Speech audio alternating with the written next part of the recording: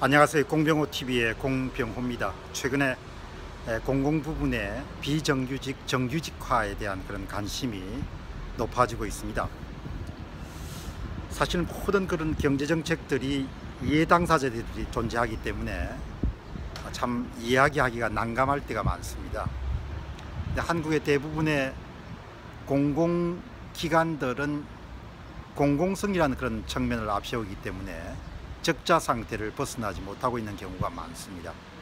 오늘 아침에 조간신문은 한국의 전 공공기관 가운데서 3분의 2가 이미 적자 상태다, 그런 이야기를 하고 있습니다. 그런데 사실 투입된 그런 자본이라든지 자산이라는 것을 고려하게 되면은 3분의 2가 아니라 훨씬 더 많은 숫자가 사기업 기준으로 보면 적자 상태지 않겠냐는 생각을 하게 됩니다.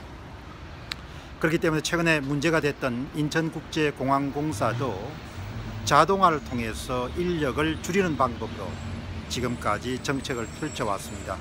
그러나 대통령 말씀 한마디에 1만 명이나 되는 비정규직을 정규직으로 채용하는 그런 결정을 내리게 됐다는 소식을 받았습니다. 우리나라에서는 정치의 영향력이 크기 때문에 공공기관의 비정규직을 제로로 만들겠다는 그런 정책이 상당히 호소력도 있고 보통 사람들에게는 설득력도 있을 것 같습니다. 그러나 한번 여러분 생각해 보시죠.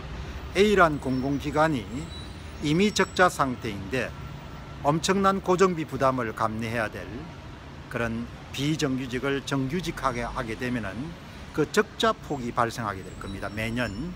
근데 그 적자가 매 한 해가 아니고 두 해, 세 해 연속적으로 발생하게 되면은 그 모든 적자분을 결국은 익명의 납세자가 부담하는 세금으로 채워 넣을 수밖에 없다는 이야기죠.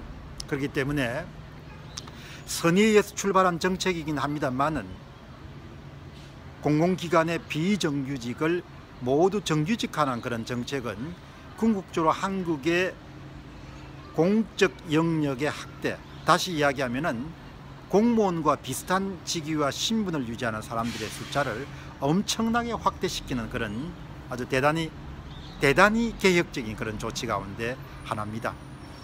눈에 보이는 효과만 보면은 비정규직의 처우를 개선하는 측면에서는 긍정적인 측면이 있다마는 세금을 납부하는 납세자들에게 평생 동안 지탱해야 될 그런 공공기관을 책임을 떠안기는 그런 조치에 해당하는 것이죠.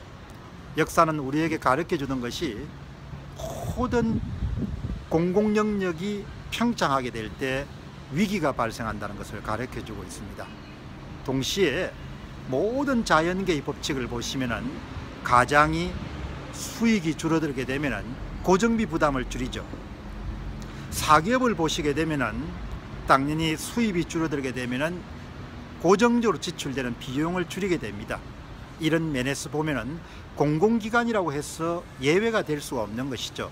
수입과 지출이 맞아야 되고 장기적인 적자는 결국은 납세자의 세금을 이렇게 낭비하는 그런 결과를 낳기 때문에 자동화를 추진하든지 소인화를 추진하든지 무인화를 추진하든지 간에 가능한 비용을 줄이려고 하는 것이 모든 조직에서 선택하는 그런 생존 전략 가운데 하나입니다. 그렇기 때문에 정말 선의에서 출발한 그런 정책이라고 하더라도 공공기관의 비정규직을 정규직으로 대체하는 것은 한번 깊게 생각해 볼 만한 그런 가치가 있다. 그 점을 제가 강조드리겠습니다. 여러분, 세종시에 과천청사를 전부 옮기는 정책이 참 처음에 근사하게 보였습니다. 그러나 뜻 있는 사람들이 반대했던 것은 엄청난 재원을 낭비하는 것이고 장기적으로 국가의 경쟁력을 떨어뜨리는 그런 조치였다는 것을 지금도 명백하게 밝혀지고 있는 사실입니다. 따라서 나라 일을 하시는 분들은 눈에 보이는 효과 외에 눈에 보이지 않는 효과까지 잘 고려하셔서 지나치게 공공기관이 평창되지 않도록 납세자의 세금이 공적 기관을 지탱하는 데 소요되지 않도록 주의에 주의를 더할 필요가 있습니다. 어떻든 간접 비용은 그리고 고정비 부담은 줄어들면 줄어들수록 가정도 살고 기업도 살고 공적 기관도 살고 나라 경제도 전체가 살아갈 수 있다는 점을 잊지 않아야 될 것입니다. 공병호 TV의 공병호였습니다. 감사합니다.